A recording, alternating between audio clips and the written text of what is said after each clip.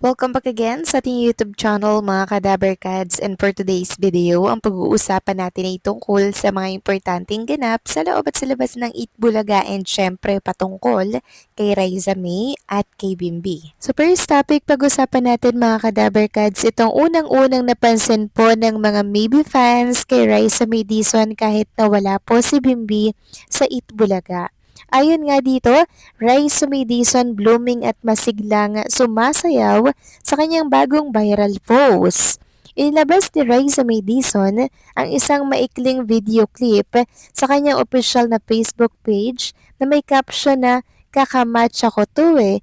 Sa naturang video, masigla at nakangiti siyang sumasayaw gamit ang trending audio na mabilis na inulan ng positibong komento mula sa mga netizen. Ang viral post nito, marami ang pumuri sa kanyang blooming na aura, angking kagandahan at husay sa pagsayaw. Sobrang nag-glow up po talaga si Raisa May. Ang laki po ng kanyang pinagbago mga Kadaberkads. Lalo na ngayon na meron po siyang inspirasyon at meron pong dahilan mga Kadaberkads para po siya ay maging blooming. Walang iba kundi po si Bimbi.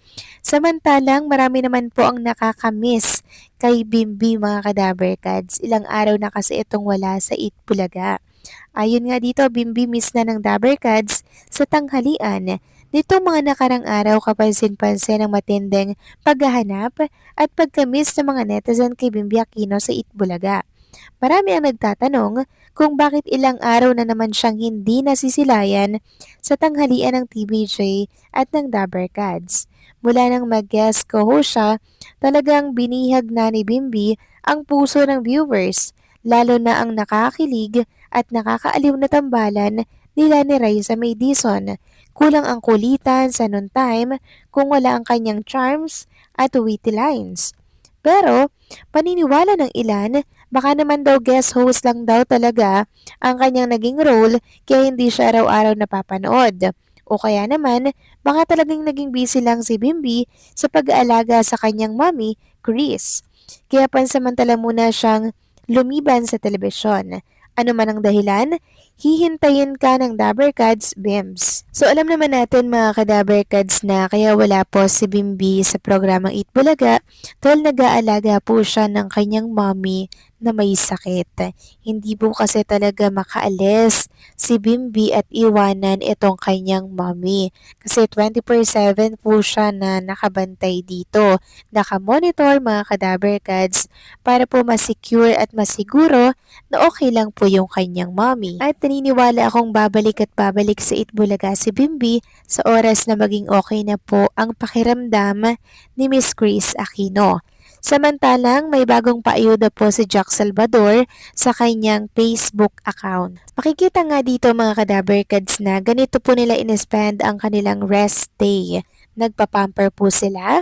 Pumunta po sila sa isang salon mga Kadaberkads, nagpamassage, nagpasalon, and also nagpagupit po si Bimbi. Ang bilis po humaba kasi ng buhok ni Bimbi mga Kadaberkads, kaya ayan, yun yung bagong haircut po ni Bimbi.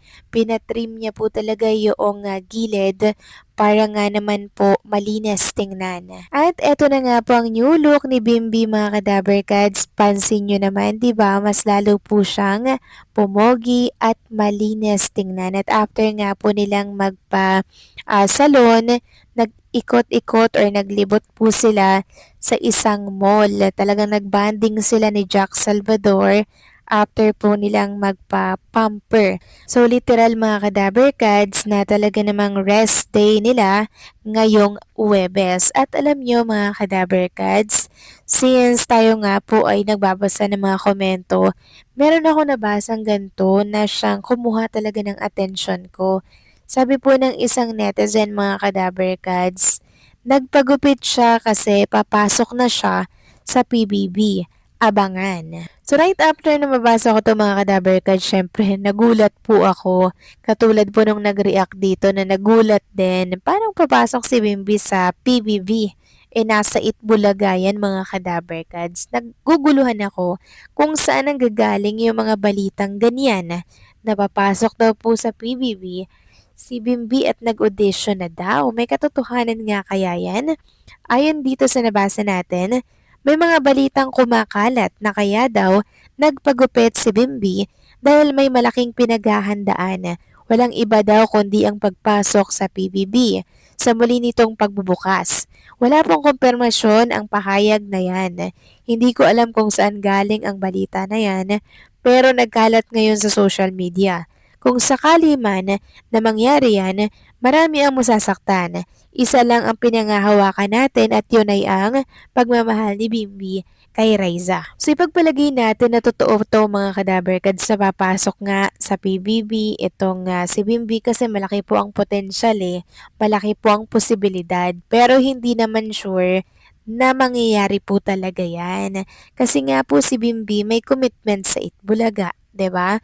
Hindi niya naman po iiwanan si Raiza Madison kasi napamahal na po talaga si Bimbi kay Raiza at sa mga Dabarkads natin. And syempre sa Itbulaga, 'di ba? Hindi naman niya yan bigla-bigla na lang iiwan. So nangyayari kasi ngayon mga Kadabarkads na hindi nakikita ilang araw na sa Itbulaga si Bimbi.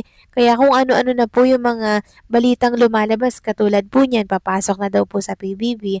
Kaya nadagdagan na naman po ang kalungkutan ng mga Dabarkads natin na ayan, aalis na daw po si Bimbi sa Itbulaga. So kung iisipin natin na si Miss Chris Aquino po ay hindi mabuti ang kalagayan, tapos papasok pa si Bimbi sa PBB, paano niya po mababantayan si Miss Chris Aquino, di ba mga Kadabarkads? Di naman ata pwedeng lumabas habang nasa loob ng bahay ni Kuya. 'Di ba? So yan po yung isa sa mga sinasaalang-alang ni Bimbi bago siya pumasok sa isang commitment. Yung kanyang mommy na hindi niya po talaga maiwanan every time na ganito po ang situation. Worst situation, weak po ang kanyang katawan. 'Di ba? Hindi po makapasok si Bimbi sa Itbulaga dahil kay Miss Chris Aquino. Tapos may napapabalita pang papasok daw si Bimbi sa PBB, bahay ni Kuya. O 'di ba mga Kadabarkads, mukhang malabo po 'yun.